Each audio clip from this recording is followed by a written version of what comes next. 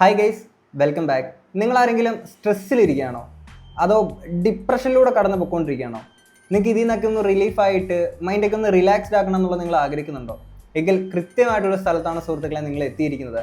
കാരണം ഇലക്ഷൻ കാല അടിസ്ഥാനത്തിൽ ഒരു കൂട്ടം ആളുകൾ ചേർന്ന് നമ്മളെ പൊട്ടിച്ചിരിപ്പിക്കാൻ വേണ്ടിയിട്ട് ശബ്ദം എടുത്ത് ഇറങ്ങിയിരിക്കുകയാണ്. സോ ഇതൊരു ഇലക്ഷൻ റിലേറ്റഡ് ആയിട്ടുള്ളൊരു വീഡിയോ ആണ്. കുറച്ച് സംഭവ വികാസങ്ങളുടെ റീൽസ് കണ്ട് നമുക്ക് റിയാക്ട് ചെയ്യാം സുഹൃത്തുക്കളെ. അതിലാദ്യം തന്നെ BJP-യിൽ പൊരിഞ്ഞടിയാണ് സുഹൃത്തുക്കളെ, ഒടുക്കത്തെ അടിയാണ്.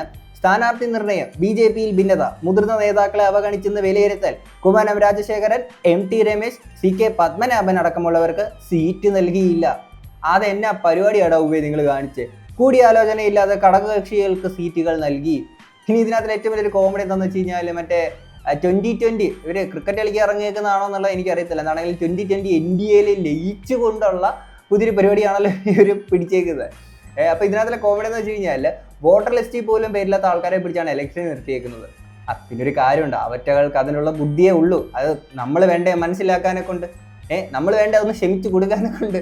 എന്നിട്ട് ഈ സെൽഫ് ഫേസ് ആയിട്ടുള്ള ആൾക്കാരെ പിടിച്ച് നേരെ ഇലക്ഷന് നിർത്തി കഴിഞ്ഞാൽ ഇവർ വിജയിക്കുന്നുള്ളതാണ് ഇവരുടെ വിചാരം. എന്നിട്ട് ഈ വോട്ടർ ലിസ്റ്റിൽ പേരില്ലെന്നൊക്കെ പറഞ്ഞുകൊണ്ട് ഇവരെ മാറ്റിയിട്ട് പിന്നെ ഇൻഫ്ലുവൻസേഴ്സിനെ പിടിച്ച് ഇതിനകത്ത് ഇലക്ഷന് പിടിച്ച് നിർത്തിയിട്ടുണ്ട്. BJP-യുടെ ഒരു ഗതികെട്ടൊരവസ്ഥ നിങ്ങളൊന്ന് ആലോചിച്ച് നോക്കണം. BJP ഇത്രയും കിടന്ന് പാടുപെടുമ്പോഴും നമ്മളെല്ലാവരും മനസ്സിലാക്കേണ്ട ഒരു സാധനമുണ്ട്. Old India visas new India എന്ന് പറഞ്ഞ് നോക്കുമ്പോൾ ഞാനിവിടെ സൈഡിലൊരു പോസ്റ്റ് എടുക്കാം, നിങ്ങൾ വായിച്ച് നോക്കുക. നമ്മുടെ നാട്ടിൽ ഇവർ എന്തോരം ഈ ഡോക്ടർ റോബിൻ രാധാകൃഷ്ണൻ പറഞ്ഞ പോലത്തെ ഡെവലപ്മെന്റ്സ്. ഇനി ഇത് കഴിഞ്ഞിട്ട് നിലപാടുകളുടെ രാജ്കുമാർ, നിലപാട് സിംഗ്, നമ്മുടെ സ്വന്തം അഖിൽ മാരാരുടെ ഒരു പോസ്റ്റ് ഉണ്ടായിരുന്നു.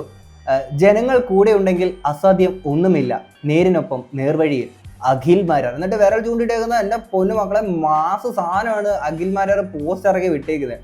പക്ഷെ ഇതിനകത്തിലെ കോമഡി എന്താണെന്ന് വെച്ച് കഴിഞ്ഞാൽ തോക്കും എന്ന് ഉറപ്പുള്ളവർ ലൈക്ക് അടിക്കുക എന്ന് പറഞ്ഞുകൊണ്ട് ഒരാൾ ഇട്ടേക്കുന്നൊരു കമൻ്റ് ഉണ്ട്. ആ കമൻറ്റിന് 30.2K ലൈക്കാണ് ഈ കമൻറ്റിന് മാത്രം കിട്ടിയിരിക്കുന്നത്. ഇയാൾ തോക്കെന്ന് പറഞ്ഞേക്കുന്നത്. ഇയാളുടെ പോസ്റ്റിന് കിട്ടിയിരിക്കുന്ന ലൈക്ക് എന്ന് പറയുന്നത് 27.6K. അതായത് ഇയാൾക്ക് കിട്ടിയേക്കുന്ന സപ്പോർട്ടിനേക്കാൾ കൂടുതൽ ഇത്തരത്തിൽ ഇയാൾ തോക്കെന്ന് പറയുന്ന കമൻറ്റിനാണ് ലൈക്ക് കൂടുതൽ. ഇങ്ങനെ വിചാരിക്കുന്ന മറ്റേ ബിഗ് ബോസിൽ പോയിട്ട് കപ്പടിച്ച പോലെ അല്ലെങ്കിൽ ഈ പറയുന്ന ഹോട്ട്സ്റ്റാർ വഴി വോട്ടിംഗ് ആണെന്ന് വിചാരിച്ചിട്ടിരിക്കുകയാണ്. പിന്നെ പറഞ്ഞില്ലേ, ഇവറ്റകൾക്ക് അതിനുള്ള ബുദ്ധിയേ ഉള്ളൂ. ഇനി ഇത് കഴിഞ്ഞിട്ട് മാരാറുടെ നിലപാടുകളുടെ സിംഗമാണ്, മാറ്റി മാറ്റി പറയുന്ന നിലപാടുകളാണ്. ഇനി വയനാട് വീട് വെച്ച് കൊടുക്കും, ഇപ്പം കൊടുക്കും, നാളെ കൊടുക്കും എന്നൊക്കെ പറഞ്ഞു. ഇനി അത് കഴിഞ്ഞിട്ട് പിന്നെ ഒരു ലൈവ് വന്ന് പറയുന്നുണ്ടായിരുന്നു, ഞാനിപ്പോൾ വീട് വെച്ച് കൊടുത്തില്ല എന്ന് പറഞ്ഞാൽ ഇവിടെ ഒന്നും സംഭവിക്കാൻ പോകില്ല എന്ന് പറഞ്ഞിട്ടുണ്ടായിരുന്നു. എന്താണെങ്കിലും കാണാം, വെച്ച് കൊടുക്കാമെന്ന് പറഞ്ഞിട്ട് ചെയ്തു കൊടുത്തില്ല. അതിൽ കുറെ വയനാട് വീട് കേരളത്തിൽ വാഗ്ദാനം ചെയ്ത ഒരാൾ പോലും വെച്ച് കൊടുത്തിട്ടില്ല. അതിന്റെ കാരണം സർക്കാരാണ്. അവിടെ വെച്ച് കൊടുക്കണമെന്നുണ്ടെന്നുണ്ടെങ്കിൽ സർക്കാർ ഭൂമി ലഭ്യമാക്കണമായിരുന്നു. സർക്കാർ അവരോട് പൈസ ആവശ്യപ്പെട്ട് കഴിഞ്ഞാൽ ഞാൻ ഇപ്പോൾ എൻ്റെ അടുത്ത് 20 ലക്ഷം രൂപ സർക്കാരിന് കൊടുക്കാൻ പറഞ്ഞാൽ എനിക്ക് ഭ്രാന്താണ്. ഇയാൾ ഒരു കള്ളന്മാരായതുകൊണ്ടല്ലേ നമ്മൾ ഉമാർക്ക് കൊടുക്കുക. അത് നമ്മൾ തന്നെ നേരിട്ട് ചെയ്യാൻ വേണ്ടിയിട്ട് നമ്മൾ പറഞ്ഞത്. അപ്പോൾ ഇവരെ നമുക്ക് വിശ്വാസമില്ലാത്തതുകൊണ്ടാണ് പല ആൾക്കാരും പല മുതലാളിമാരും പറഞ്ഞത് ഞങ്ങൾ നേരിട്ട് ചെയ്യാമെന്ന്. അത് ബോബി ചെമ്മണ്ണൂരും പറഞ്ഞിട്ടുണ്ട്, യൂസഫ് അലിയും പറഞ്ഞിട്ടുണ്ട്, കേരളത്തിലെ ഒരുപാട് മുതലാളിമാർ പറഞ്ഞിട്ടുണ്ട്. ഒരു 750-ഓളം വീടുകൾ പല ആൾക്കാരും വാഗ്ദാനം ചെയ്തിട്ടുണ്ട്. ഇവർക്ക് താല്പര്യമില്ല, ഇവരെ പൈസ ഇല്ലാഞ്ഞിട്ടൊന്നും അറിയുന്നില്ല. വയനാട്ടിൽ വീട് വെച്ച് കൊടുക്കണമെന്നുണ്ടെങ്കിൽ സർക്കാർ അവരുടെ കൂടെ നിൽക്കണം. അതിന് പകരം പൈസ കഴിഞ്ഞാന്ന് പറഞ്ഞുകൊണ്ടിരുന്ന ഒരു മനുഷ്യൻ സഹായിക്കും. അത് കറക്റ്റാണ് അഖിൽമാരാർ. ഇനി ഇത് കഴിഞ്ഞിട്ട് എനിക്കൊന്ന് 24-ലെ ആണോ റിപ്പോർട്ടറിൻ്റെ ആണോ എന്ന് അറിയത്തില്ല, 2-3 ലേഡീസ് ചേർന്നിട്ട് അഖിൽമാരാറിൻ്റെ ഒരു ഇൻ്റർവ്യൂ പോലത്തെ ഒരു പരിപാടി എടുക്കുന്നുണ്ടായിരുന്നു. അതിനകത്ത് ഈ സെയിം കാര്യം ചോദിക്കുന്നുണ്ട്. നിലപാടുകൾ എപ്പോഴും ഇങ്ങനെ മാറ്റുന്നതിനെ പറ്റിയിട്ട് ചോദിക്കുമ്പോഴത്തേക്കിന് ഏത് നിലപാട്, ഞാൻ എപ്പോൾ പറഞ്ഞ നിലപാട് എന്താണ് നിങ്ങൾ ആദ്യം മനസ്സിലാക്കണം. ഓക്കെ, നിലപാട് എന്താണ്, അഭിപ്രായം എന്താണ്, പലസ്തീൻ അത് വിഷയം എന്നൊക്കെ പുള്ളി എവിടേക്കോ കയറി പോവുകയാണ്. ഇനിയൊരു ഇലക്ഷന് നിൽക്കാനുള്ള അഖിൽമാരാറുടെ ക്വാളിഫിക്കേഷൻ എന്താണെന്നറിയോ? നിങ്ങൾ ഇതാ കേട്ടോ. ഒരാൾക്ക് തിരിച്ചറിയാൻ പരിചയപ്പെടുത്തേണ്ട ആവശ്യമില്ല. ഒരുപാട് പേർക്ക് എന്നെ അറിയാം, സോഷ്യൽ മീഡിയ വഴിയായാലും ചാനൽ വഴിയായാലും. അപ്പോൾ ഇന്ന ആളാണ് അഖിൽമാരാർ, ഇനി അയാൾക്ക് ഞാൻ എന്തിനു വോട്ട് കൊടുക്കണം എന്നതാണ് രണ്ടാമത്തെ ചിന്ത. ആ രണ്ടാമത്തെ ചിന്ത അവരിലേക്ക് എത്തിക്കണമെങ്കിൽ 100 ദിവസത്തെ ബിഗ് ബോസ് കണ്ടിട്ടുള്ള ആർക്കും എനിക്ക് വോട്ട് ചെയ്യാൻ തോന്നും. 100 ദിവസത്തെ ബിഗ് ബോസ് കണ്ടേക്കുന്ന ആർക്കും എനിക്ക് വോട്ട് ചെയ്യാൻ പറ്റും. ഞാൻ പറഞ്ഞില്ലേടേ, ഇവറ്റകൾക്ക് ഇതിനുള്ള ബുദ്ധിയേ ഉള്ളൂ. പറഞ്ഞില്ലേ, ചാണകത്തിൽ ചവിടി കഴിഞ്ഞാൽ ഇങ്ങനെ തലച്ചോറ് ഊരി വേറെ എവിടെയെങ്കിലും കൊണ്ട് വിട്ടിട്ടായിരിക്കും ഇവർ വരുന്നത്. ഞാൻ ആലോചിക്കുന്നത്, ഈ ബുദ്ധി ഇല്ലാത്ത ആൾക്കാരെ തെരഞ്ഞു പിടിച്ച് ഈ ഒരു പാർട്ടിയിലോട്ട് ചേർക്കുന്നതാണോ, അതോ ഇവരെല്ലാം ഈ പാർട്ടിയിൽ ചേർന്നതിന് ശേഷം ബുദ്ധി ഇല്ലാണ്ടായി മാറുന്നതാണോ? മനസ്സിലാവണില്ല. എന്താണെങ്കിലും 100 ദിവസം ബിഗ് ബോസ് ഉണ്ടാക്കുന്ന ആൾക്കാർക്ക് നമ്മുടെ മാരർജീനെ അറിയാമല്ലോ. എന്താണെങ്കിലും മരർജി, ഈ നാട്ടുകാർക്കൊക്കെ മരർജീനെ പറ്റിയിട്ട് എന്താ പറയാനുള്ളത് നമുക്കൊന്ന് കേൾക്കാം. കാരണല്ലേ അഖിൽമാരാറാണ് മത്സരിക്കുന്നത്. അഖിൽമാരാർക്ക് വെല്ലുവിളിയായിട്ട് ആരാ വരിക? ഈ നാടാകെ അവന് വെല്ലുവിളിയാ. പിന്നില്ലേ, ഈ നാട് മൊത്തം അവനെതിരാ. എന്ത് ക്വാളിറ്റി അവനുള്ളത്, എന്ത് രാഷ്ട്രീയം ഉള്ളത്? ഇടതുപക്ഷ രാഷ്ട്രീയം ഉണ്ടോ, വലതുപക്ഷ രാഷ്ട്രീയം ഉണ്ടോ, അല്ലെങ്കിൽ മിഡിലായിട്ട് നിൽക്കുന്നുണ്ടോ? ഒന്നുമില്ലല്ലോ. BJPക്ക് വേണ്ടിയിട്ട് കോടാലിക്കയ്യായിട്ട് മാറണേനാള് അത് ഈ കേരള രാഷ്ട്രീയത്തിൽ ഓടില്ല. അതാണ് അഖിൽമാരാരെ കുറിച്ച് എനിക്കുള്ള അഭിപ്രായം. ചേട്ടാ അഖിൽമാരെ കുറിച്ച് എന്താ അറിയാ? ഞാൻ പറയാൻ ആദ്യമില്ല, ബിഗ് ബോസിൽ ഏതാണ്ട് കൺസ്യൂമേഴ്സ് കാണിക്കുന്നുണ്ടായി, അത്രേ ഉള്ളൂ. കാരണം BJPയുടെ സബ് ഏജന്റാണ് ഇത്. കഷ്ടമുണ്ടാ, പാവടാ അഖിൽമാരാറ്. എല്ലാരും കൂടി ഇങ്ങനെ പറയില്ലേടാ, മാരാർജി പാവാടാ, അതേ പാവാടാ. തൃക്കാക്കര മണ്ഡലത്തിലില്ലേ NDAയുടെ അതായത് 2020 സ്ഥാനാർത്ഥിയായിട്ട് അഖിൽമാരാർ വരുന്നുണ്ട്. അതിനെ കുറിച്ച് എന്താണ് അഭിപ്രായം? വിജയസാധ്യത എത്ര ഉണ്ട്? ആദ്യം ഓരോരുത്തരെ തുടങ്ങാം. ചേട്ടാ ആദ്യം പറഞ്ഞു. അഖിൽമാരാർ എന്ന് പറഞ്ഞ പിക്ചറിൽ ഇല്ലാത്ത ആളാണ്. അഖിൽമാരാർക്ക് ഒരു ഇതുമില്ല. വേറെ ആരെങ്കിലും നിർത്തിയാൽ ഇത്തിരി ഓട്ടെങ്കിലും BJPക്ക് കിട്ടിയാണ്. പക്ഷെ അഖിൽമാരാർ ബിഗ് ബോസിലൂടെ ഭയങ്കര ബോസ് ഒക്കെ ഉണ്ടായിട്ട് എന്താ കാര്യം? അതിലും വലിയ ബിഗ് ബോസുകൾ വന്നിട്ട് 10 നിലത്തോളാണ്ട് പോയിട്ടുണ്ട്. കേരളമാണ്.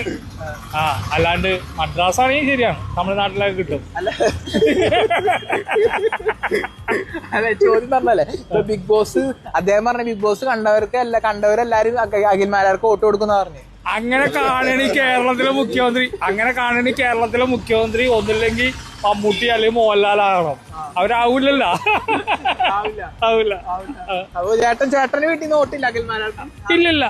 എന്തിനാ എന്നെ ഇങ്ങനെ വേദനിപ്പിക്കണേ എന്നായിരിക്കും ഇപ്പൊ മാരാർജി ചിന്തിക്കുന്നുണ്ടാവുക. പാവാടാ, ഞാൻ പറഞ്ഞില്ലേ പാവാടാ. അഖിൽമാരാർ അറിയില്ലേ? അഖിൽമാരാർ അറിയോ? അഖിൽമാനെ അറിയൂല. അറിയില്ല. ചേച്ചി ഇവിടെ ഉള്ള ആളാണ്, തൃക്കാക്കര തൃക്കാക്കര മോഡൽ എഞ്ചിനീയർ കോളേജിന്റെ അടുത്താ. അതായത് ഇപ്പൊ അഖിൽമാരാറാണ് 2020 ആയിട്ട് മത്സരിച്ചോണ്ടിരിക്കണത്, ഇവിടെ മത്സരിക്കാൻ പോകുന്നത്. അപ്പൊ അഖിൽമാരാർ ജയിക്കും തോന്നുന്നുണ്ടോ? ജയിക്കും, ഉറപ്പാണ്. അഖിൽമാരാർ ആരാ പറഞ്ഞു? അതാരാ? പിന്നെ എന്ത് ജയിക്കും? അഖിൽമാന്റെ പേര് മാത്രമേ കേട്ടിട്ടുള്ളൂ. അഖിൽമാരാർ ആരാന്നറിയില്ല. ഇല്ല, കണ്ടിട്ടില്ല. പിന്നെ എന്തുകൊണ്ട് ജയിക്കും? ഉറപ്പുണ്ട് ജയിക്കൂന്ന്. അറിയില്ല. പിന്നെ എന്തുകൊണ്ട് ജയിക്കും? ജയിക്കൂന്ന് എന്റെ മനസ്സ് പറയണു. ആരാന്നറിയില്ലല്ലോ, പിന്നെ എന്താ ആഗ്രഹിക്കുന്നത്? ആരാന്ന് വെച്ചാ ഞാൻ എന്ത് പറയാനാ? അഖിൽമാരാർ ആരാന്നറിയില്ല. ഇല്ല, ഒന്ന് കാണിച്ചെന്നേ. മാരാർജി എല്ലാവരും കൂടെ ചേർന്ന് അപമാനിച്ചു കഴിഞ്ഞു. ഇനി മാറിയിരുന്ന് കരഞ്ഞോളൂ കേട്ടോ. എന്നെ ബിഗ് ബോസ് 100 ദിവസം കണ്ടേക്കുന്ന ആൾക്കാർക്ക് അത്രേ ഉള്ള മാരാർജി. നിങ്ങളുടെ ആ ഒരു കോൺഫിഡൻസിനെ നമ്മൾ കുറച്ച് കാണുന്നില്ല. നിങ്ങൾ ഇലക്ഷന് നിന്ന് NDAക്ക് BJP ചാണകത്തിൽ നിന്നുകൊണ്ട് നിങ്ങൾ ഉയർച്ചയിലെത്തുന്ന ഒക്കെ പറയുമ്പോഴും നിങ്ങളെ വലിച്ച് താഴെ ഇടാനും നിങ്ങൾ തോറ്റ് പണ്ടാരും അടങ്ങി പോകുന്ന പറയാൻ ഒരു കോടിക്കണക്കിന് ആളുകളുണ്ടാവും. ആ കൂട്ടത്തിൽ ഞാനും കാണും. എനിക്ക് അത്രേ പറയുള്ളൂ. ഇനി ഇത് കഴിഞ്ഞിട്ട് ടെസ്റ്റ് നമ്പർ 2 ബിഗ് ബോസിന്റെ അടുത്തൊരു പ്രോഡക്റ്റ് ഡോക്ടർ റോബിൻ രാധാകൃഷ്ണൻ. അലറൽ വീരൻ, നമ്മുടെ സ്വന്തം ഡോക്ടർ റോബിൻ. ഇപ്പം എന്താണ്ട് വാള് വേന്തിക്കൊണ്ടാണ് നടു റോഡിൽ നിൽക്കുന്ന മറ്റേ നോത്തിനകത്തൊക്കെ കാണുന്ന പോലെ ആണ്ട എന്തെങ്കിലും വാളിരിപ്പുണ്ട്, വോട്ട് ചെയ്ത കളിയില്ല, കുത്തി മലത്തിക്കളയും പത്തി എന്നൊക്കെ നമ്മളെ കൊണ്ട് തോന്നിപ്പിക്കുന്ന രീതിയിൽ പുള്ളി അവിടെ ഒരു വാളും പിടിച്ചുകൊണ്ട് നിൽപ്പുണ്ട്. പക്ഷേ ഇതിനകത്തൊരു കോമഡി എന്താണെന്ന് വെച്ച് കഴിഞ്ഞാൽ ഈ സൈഡിൽ ഇരിക്കുന്ന കൊച്ചാടിനില്ലേ ഇങ്ങനെ തലയിൽ പിടിച്ചേക്കുന്നു, എടാ നീ മുടിഞ്ഞു പോകടാ എന്ന് പുള്ളി പറയാണ്. അത് റോബിൻ ജയ് എന്ന് പറയുകയാണോന്നും അറിയത്തില്ല കേട്ടോ. മനസ്സ് ചിലപ്പോൾ വേറെ ആയിരിക്കും. നീ മുടിഞ്ഞു പോടാ, കുറെ നാളായിട്ട് ഞാൻ ഈ പാർട്ടി കിടന്ന് രഘുവ എന്നിട്ട് നമുക്കൊരു സീറ്റോ കോപ്പോ ഒന്നും തന്നില്ല. ഇന്നലെ കണ്ട ഇവൻ ഒരു സെലിബ്രിറ്റി ഫേസ് ആണെന്ന് പറഞ്ഞ് നേരെ എടുത്ത് കൊടുത്തേക്കാണ്. ഒരു മണ്ണാക്കട്ടെ അറിയാത്ത ഇങ്ങനെ കുറെ ഉണ്ടെങ്കിൽ.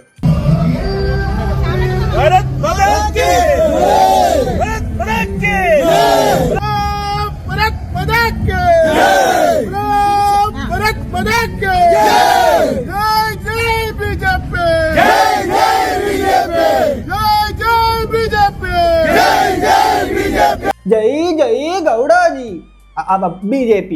जय जय भारत माता, जय जय भारत माता, जय जय भारत माता. വേണിത്തമ്പി തളവേട സ്മാരകത്തിന്റെ ഫ്രണ്ടിൽ നിന്ന് തന്നെയാണ് സ്റ്റാർട്ട് ചെയ്തിരിക്കുന്നത്. നിങ്ങൾ കണ്ടല്ലോ അല്ലേ? എടേ തലയിൽ ഇത് വല്ല ബാല കഴിച്ചിട്ട് ഇറങ്ങി വരുവാടോ. സോ ഇത്രയും പവറോട് കൂടി തന്നെയാണ് കുണ്ടറയിൽ നിന്ന് സ്റ്റാർട്ട് ചെയ്യാൻ പോകുന്നത്. ഈ ഇലക്ഷന് കുണ്ടറയില് NDA BJP ജയിച്ചിരിക്കും. പിന്നല്ല, അത്രേ ഉള്ളൂ. വാളും പിടിച്ചോണ്ടൊക്കെയാണ് ഇങ്ങോട്ടേക്ക് വന്നേക്കുന്നത്. ഇപ്പം വേലുത്തമ്പി അദ്ദേഹത്തിനോടുള്ള ഒരു ആദര സൂചകമായിട്ട് അല്ലെങ്കിൽ എന്തിന്റെ പേരിലാണെങ്കിലും വാളും പിടിച്ചോണ്ട് നടുറോഡിൽ നിന്നിട്ട് ഈ കാണിക്കുന്ന പ്രഹസനങ്ങളൊക്കെ എന്തോന്നിടേ ഇത്? എന്തോന്നാ ഇത്? ഇനി ഇത് കഴിഞ്ഞിട്ട് നമ്മുടെ വീണ നായർ പറയുന്നത് കേൾക്കാം. നമ്മൾ പേര് കൊടുത്ത ഞാൻ കാൻഡിഡേറ്റ് ആണ് എന്ന് അറിഞ്ഞതിന് ശേഷം ഇതിന്റെ കാര്യങ്ങളെല്ലാം നമ്മൾ ചെയ്തിരുന്നു. പക്ഷെ ഡേറ്റ് 15-ാം തീയതി വരെ ആയിരുന്നു എന്നുള്ളത് വളരെ വൈകിയാണ് ഞാൻ അറിയുന്നത്. ശരിക്കും പറഞ്ഞാൽ ഇന്നാണ് അത് കറക്റ്റായിട്ട് ഞാൻ അറിയുന്നത് എന്ന് പറയുന്നതായിരിക്കും സത്യം. ഇന്നലെ വൈകിട്ട് മുതൽ ഇന്ന് ഈ ഒരു സമയം വരെ BLO സ്മിത ചേച്ചി ആയിക്കോട്ടെ, പ്രസന്നകുമാർ, ഞാൻ പറഞ്ഞില്ലേടേ, വോട്ടർ ലിസ്റ്റിൽ പോലും പേരില്ലാത്ത ആൾക്കാരെ പിടിച്ച് ഇലക്ഷൻ നിർത്തിയേക്കുന്നത്. ഞാൻ പറഞ്ഞു ഇവറ്റകൾക്ക് ഇതിലുള്ള ബുദ്ധിയേ ഉള്ളൂ. ഇനി ഇത് കഴിഞ്ഞിട്ട് ലക്ഷ്മി പ്രിയ പറയൂ. ABVPക്ക് അന്ന് വോട്ടൊന്നും കിട്ടിയിരുന്നില്ല. ഞാനിട്ട വോട്ട് ഒരൊറ്റ വോട്ട് തന്നെ ഉണ്ടായിരുന്നുള്ളൂ. അതിനുശേഷമാണ് ABVP എന്ന് പറഞ്ഞാൽ എന്താണെന്ന് മനസ്സിലാക്കുന്നത്, ഭാരതീയ ജനതാ പാർട്ടി എന്ന് പറഞ്ഞാൽ എന്താണെന്ന് മനസ്സിലാക്കുന്നത്. എന്നെ അപമാനിക്കാൻ വേറൊരു തെണ്ടിയുടെ ആവശ്യമില്ല എന്നുള്ള രീതിയിലാണ് ഇവിടെ സംസാരിക്കുന്നത്. പണ്ട് കോളേജിലോ എന്തോ സ്കൂളിലെന്തോ പഠിക്കാൻ ABVPക്ക് എന്തോ ഇലക്ഷൻ എന്ന കാര്യമാണ് പറയുന്നത്. സ്വന്തം വോട്ട് മാത്രമേ കിട്ടിയുള്ളൂ, വേറെ ആരുടെയും കിട്ടിയില്ല. അതിൽ നിന്ന് തന്നെ നിങ്ങൾക്ക് മനസ്സിലാക്കിക്കൂടെ നിങ്ങളിപ്പോൾ ചവിട്ടിയേക്കുന്ന സ്ഥലത്തിന് എത്രത്തോളം മഹത്വമുണ്ടെന്ന്. സാനിറ്ററി നാപ്കിൻ വാങ്ങിക്കാനായിട്ട് ഞാൻ കയറിയത് നീതി ജന ഔഷധിയിലാണ് കയറിയത്. അവിടെ നിന്ന് നമുക്ക് ആ സാനിറ്ററി നാപ്കിന് കാശ് കൊടുക്കുമ്പോൾ 10 രൂപയാണ് അവർ എൻ്റെ അടുത്തുനിന്ന് വാങ്ങിച്ചത്. 10 രൂപയ്ക്ക് ഇന്നത്തെ കാലത്ത് ഒരിക്കലും ഒരു പാക്കറ്റ് സാനിറ്ററി നാപ്കിൻസ് കിട്ടില്ല. അപ്പോൾ ശരിക്കും ഞാൻ ആ മെഡിക്കൽ ഷോപ്പിൻ്റെ വാതിക്കൽ നിന്നിട്ട് ഞാൻ പൊട്ടി കരഞ്ഞിട്ടുണ്ട്. കാര്യം എന്ന് വെച്ചാൽ ഇത്രയധികം, അതായത് കേരളത്തിലെ ഒരു അന്തരീക്ഷം വെച്ചിട്ട് ഇവിടുത്തെ സ്ത്രീകളെന്ന് പറഞ്ഞാൽ ഹൈജീൻ്റെ കാര്യത്തിൽ വളരെയധികം മുന്നിൽ നിൽക്കുന്ന സ്ത്രീകൾ തന്നെയാണ്. അപ്പോൾ നമ്മൾ തീർച്ചയായിട്ടും ഇത്തരം കാര്യങ്ങളിൽ കുറേ കൂടി അഡ്വാൻസ്ഡ് ആണ്. നമ്മൾ സാനിറ്ററി നാപ്കിൻസ് എന്ന് പറഞ്ഞാൽ അതിന് എത്ര വിലയാണെങ്കിലും നമ്മൾ വാങ്ങിക്കും. പക്ഷേ ഞാൻ ഒന്നും പറയണില്ലേ, നിങ്ങൾ കേട്ട് ഇവർ പറയുന്നതൊക്കെ നിങ്ങൾ അങ്ങോട്ട് മനസ്സിലാക്കുക. സാരമില്ല, ഇനി സൈഡിലോട്ട് മാറി ഇരുന്ന് കരഞ്ഞോ, കഷ്ടമുണ്ടേ. അല്ലെ വോട്ടർ ലിസ്റ്റിൽ പേരില്ലെന്ന് പറഞ്ഞിട്ട് ഇവരെയൊക്കെ പിടിച്ച് മാറ്റി ഇതിലും വലിയൊരു അപമാനം. വേറൊരു കോമഡി എന്താണെന്ന് വെച്ചാൽ ഇവരുടെ മറ്റേ പോസ്റ്റർ ഫ്ലെക്സ് ഒക്കെ ഒട്ടിച്ച് വെച്ചിട്ട് ലാസ്റ്റ് അതൊക്കെ വലിച്ചു കീറുന്ന കുറേ വിഷ്വൽസ് ഒക്കെ കണ്ടിട്ടുണ്ടായിരുന്നു. എടേ ഇതിലും വലിയൊരു അപമാനം. ഞാൻ പറഞ്ഞു, ഇതാ നേരത്തെ പറഞ്ഞത്, എടേ നിങ്ങൾ ഈ ബുദ്ധി ഇല്ലാത്തവരെ തെരഞ്ഞുപിടിച്ച് ഈ പാർട്ടിയിൽ കയറ്റുന്നതാണോ അതോ ഈ പാർട്ടി കയറുന്ന ശേഷം പിന്നെ ബുദ്ധി ഇല്ലാണ്ടായി മാറുന്നതാണോ? കാരണം ഈ കൂട്ടത്തിൽ ഒരെണ്ണത്തിന് ഈ ബോധം പൊക്കണം എന്ന് പറയുന്നൊരു സാധനമില്ല. ഇനി ഇത് കഴിഞ്ഞിട്ട് നമുക്ക് അടുത്ത ചെസ് നമ്പറിനെ ഇങ്ങോട്ട് ക്ഷണിക്കാം. ഒരു ഹിന്ദു MLA ഇടതും വലതും നിർത്തിയിട്ടില്ല. അന്തർദേശീയ തീർത്ഥാടന കേന്ദ്രമാണ് ഗുരുവായൂർ. എന്തുകൊണ്ടൊരു ഹിന്ദു MLA ഇല്ല? നമസ്കാരം. കൊടുങ്ങല്ലൂരമ്മയുടെ നടയിൽ നിന്ന് ഗുരുവായൂരപ്പന്റെ നടയിലേക്കുള്ള എൻ്റെ ഈ വരവ് ഭഗവാൻ ഗുരുവായൂരപ്പൻ വിളിച്ചിട്ടാണ്. എങ്ങനെ വിളിച്ചു? കഴിഞ്ഞ അരനൂറ്റാണ്ടായി ഈ ഗുരുവായൂരപ്പന്റെ മണ്ണ് അമ്പലക്കൊള്ളക്കാരുടെയും അമ്പലവിരോധികളുടെയും കൈകളിലാണ്. ഒരു ഹിന്ദു MLA ഇടതും വലതും നിർത്തിയിട്ടില്ല. അന്തർദേശീയ തീർത്ഥാടന കേന്ദ്രമാണ് ഗുരുവായൂർ. എന്തുകൊണ്ടൊരു ഹിന്ദു MLA ഇല്ല? അരനൂറ്റാണ്ട് കാലത്തെ അമ്പലക്കൊള്ളക്കാരുടെയും അമ്പലവിരോധികളുടെയും തടവറയിൽ നിന്നോ ഈ ഗുരുവായൂരപ്പന്റെ മണ്ണിനെ മോചിപ്പിക്കാനാണ് എന്നെ ഗുരുവായൂരപ്പൻ വിളിച്ചിരിക്കുന്നത്. നിങ്ങളെല്ലാവരും എന്നോടൊപ്പം ഉണ്ടാവണം. നമസ്കാരം.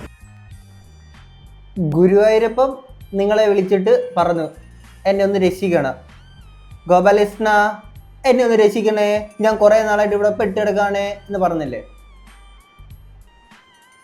എടേ ഇതാണ് പ്രശ്നം. ഇതാണ് ഞാനല്ല, ഇവറ്റകൾക്ക് ഇതിനുള്ള ബുദ്ധിയുള്ളൂ. ലീഗൽ സൈഡൊക്കെ നോക്കുമ്പോഴത്തേക്കിന് ഇയാൾ ഈ വന്ന് പറഞ്ഞേക്കുന്ന ശുദ്ധ പോക്രത്തരമാണ്. മനസ്സിലായില്ലേ? ഇതാണ് പ്രശ്നം. ഇതാണ് ഈ BJP അല്ലെങ്കിൽ ഇവര് ഇവിടെ ഭരണത്തിൽ വന്നുള്ള കുഴപ്പം. ഇതാണ് പച്ച വർഗീയതയല്ലേ ഈ പറഞ്ഞു വിട്ടേക്കുന്നത് അല്ലേ? ഒരു ഹിന്ദു ആയിട്ടുള്ളൊരു MLA ഇവിടെ ഇല്ല എന്നൊക്കെ പറയുമ്പോഴത്തേക്കിന് മനുഷ്യനായിട്ട് കാണാൻ പഠിക്കടേ. എന്തോന്നടേ ഇത്? ഇടയ്ക്ക് വേറൊരു സാധനം കണ്ടായിരുന്നു. മറ്റൊരു പാസ്റ്റർ വന്നിട്ട് ഒരു പരിപാടിയിൽ നിന്നിട്ട് എന്നെ യേശു ക്രിസ്തു വിളിച്ചായിരുന്നു. അപ്പം അതിൻ്റെ വോയിസ് മെസ്സേജ് ഉണ്ട് കാണിക്കാന്നൊക്കെ പറഞ്ഞിട്ട് ഇങ്ങനെ വോയിസ് മെസ്സേജ് ഇങ്ങനെ കേൾപ്പിക്കുന്നു, മൈക്കിൽ കൂടെ കേൾപ്പിക്കുന്ന ഒരു സംഭവം കണ്ടിട്ടുണ്ടായിരുന്നു. അതുപോലൊരു സാധനം കൂടെ നിങ്ങൾക്ക് ഇറങ്ങിക്കൂടായിരുന്നു. നിങ്ങളെ വിളിച്ചു, ഫോണിൽ വിളിച്ച കോൾ റെക്കോർഡിങ് ഇതാണ്. വലിച്ചാ ഞാനിവിടെ പെട്ടിയെടുക്കാണ്, നീ എന്നെ ഒന്ന് വന്ന് രക്ഷിക്കാമോ എന്ന് പറഞ്ഞ പോലെ നിങ്ങൾക്ക് അങ്ങനെ വേണമെങ്കിൽ ഒരു സാധനം അടച്ചിറക്കാം. അത് കുറച്ചുകൂടെ അടിപൊളിയായേനെ, കുറച്ചുകൂടെ ഞങ്ങൾക്ക് ചിരിക്കാനുള്ളൊരു വക ഉണ്ടായേനെ. ഇനി ഇത് കഴിഞ്ഞിട്ട് രാജീവ് ചന്ദ്രശേഖറിന്റെ സ്ഥാനത്തിലോട്ട് ഇപ്പം രാഷ്ട്രീയക്കാരുടെ ഉത്തരവാദിത്തമാണ് നിങ്ങളെ സഹായിക്കാൻ. നിങ്ങൾ എന്നെ സഹായിക്കരുത്. ഇല്ല, ഞങ്ങളെ കൊണ്ട് വരുന്ന ഒരു ചെറിയ എമൗണ്ടാണ്. മനസ്സുകൊണ്ട് സ്വീകരിച്ചു. Thank you. ശരി സാർ, സന്തോഷം. Rajeev thank U.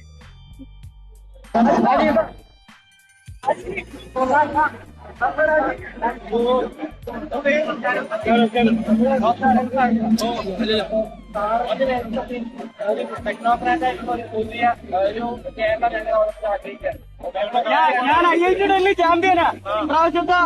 ഇപ്രാവശ്യം കോമ്പറ്റീഷൻ ഞങ്ങൾ ഐഡിയ ടോൺ ജയിച്ച ഞങ്ങളാ. അപ്പൊ ഞാൻ പറഞ്ഞത് ഞങ്ങൾക്ക് ഈ ചാൻസ് ആണ് കിട്ടിയിട്ടുള്ളത്. എന്ത് ഇപ്പൊ ഒരു ടെക്നോക്രാറ്റ് ഇത്രയും വർഷത്തിൽ ഇപ്പൊ ഒരാളെ കിട്ടിയിട്ടുള്ളൂ. പോകരുത് ജയിക്കണം. ഞാൻ കഴിഞ്ഞ പ്രാവശ്യം പറഞ്ഞു പോകരുത്, ഇപ്രാവശ്യം തൂക്കണം. വിദ്യാഭ്യാസവും സ്കില്ലല്ല ഞങ്ങള് ആർട്ടിഫിഷ്യൽ ഇന്റലിജൻസ് അഡ്രസ് ചെയ്യാൻ ആരുമില്ല. ഒരാൾ പോലും ആർട്ടിഫിഷ്യൽ ഇന്റലിജൻസ് അഡ്രസ് ചെയ്തിട്ടില്ല. അതൊന്ന് അഡ്രസ് ചെയ്യണം. വർക്കിന്റെ കാര്യം അഡ്രസ് ചെയ്യണം. ഒരു അവസരം തരണം. തീർച്ചയായും സാർ ഞങ്ങളുടെ ഭാഗത്ത് ഒരു കോൺട്രിബ്യൂഷനും കൂടെ ഉണ്ട്. രാഷ്ട്രീയക്കാരുടെ ഉത്തരവാദിത്തമാണ് നിങ്ങളെ സഹായിക്കാൻ. നിങ്ങൾ എന്നെ സഹായിക്കരുത്. ഇല്ല, ഞങ്ങളെ കൊണ്ട് വരുന്ന ഒരു ചെറിയ എമൗണ്ടാണ്. മനസ്സുകൊണ്ട് സ്വീകരിച്ചു. Thank you. ശരി സാർ. സന്തോഷം. Rajeev thank you. അഭിനയ സിംഗങ്ങളെ, ഇത് ദിവസക്കൂലിക്ക് ആളെ ഇട്ടേക്കാണോ അതോ പെർമനന്റ് സ്റ്റാഫാണ് എനിക്ക് അറിയില്ല കേട്ടോ. പിന്നെ ഇതിന് ശേഷം ഇവരുടെ വേറൊരു ബൈറ്റ് കണ്ടിട്ടുണ്ടായിരുന്നു. ഈ പിള്ളേരെല്ലാം വന്നിട്ട് നമ്മുടെ നാട്ടിൽ വരുന്ന ഡെവലപ്മെന്റ്സ് ആണ്. അപ്പൊ ഡെവലപ്മെന്റ്സിന് രാജീവ് ചന്ദ്രശേഖർ വരണം, BJP വരണം എന്നുള്ളതൊക്കെയാണ്. ശരിയാണ്, BJP തന്നെ ഇവിടെ ഭരണത്തിൽ വരണം, എന്നിട്ട് നമ്മുടെ നാടങ്ങ് കുട്ടിച്ചോറാക്കണം. എനിക്ക് എത്ര പറയുള്ളൂ. നമ്മൾ ജയ് ഗൗഡജി അല്ല BJP. എന്നിട്ട് നമ്മുടെ ഒരു പരിപാടി എന്താണെന്ന് വെച്ച് കഴിഞ്ഞാൽ നിങ്ങളെല്ലാവരും പറയുന്നത് നമ്മളെ ചാണകം വിളിക്കുന്നുണ്ട്. ആക്ച്വലി നിങ്ങൾ മനസ്സിലാക്കിയ കാര്യമുണ്ട്, ഞങ്ങൾ അത്രക്കാരും നെഹിഹേ. ഈ നാട്ടിൽ ഒരുത്തനും ബീഫ് കഴിക്കാൻ പാടില്ല. പക്ഷേ ബീഫ് പുറത്തോട്ട് കയറ്റുമതി ചെയ്യുന്ന കമ്പനിയിൽ നിന്ന് 30 കോടിയോളം രൂപ ഞങ്ങൾ സംഭാവനയാക്കും. ഞങ്ങൾക്കത് ചെയ്യാം, നിങ്ങളത് ചെയ്യാൻ പാടില്ല. പിന്നെ ഇവിടുത്തെ അമ്പലങ്ങൾ മതി, കുട്ടികളെ പഠിപ്പിക്കാൻ ഞങ്ങൾ വിടൂല. നെഹി എന്ന് പറഞ്ഞാൽ നെഹി. ഇവിടെ വേണ്ടത് ആരാധനാലയങ്ങളാണ്, അല്ലാതെ സ്കൂളുകളല്ല. മനസ്സിലായി? ഞങ്ങളെ BJP ഇവിടെ ഡെവലപ്മെന്റ്സ് കൊണ്ടുവരും. പിന്നെ അല്ലാതെ ഡെവലപ്മെന്റ്സിന്റെ കാര്യത്തിൽ ഞങ്ങൾ വേറെ ലെവലാണ്.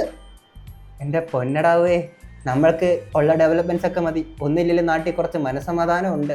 ഈ പച്ച വർഗീയതയൊക്കെ അടിച്ചിറക്കിയിട്ട് നാടിനെ കുട്ടിച്ചോറാക്കാനെ കൊണ്ട് നമുക്ക് താല്പര്യമില്ലടേ.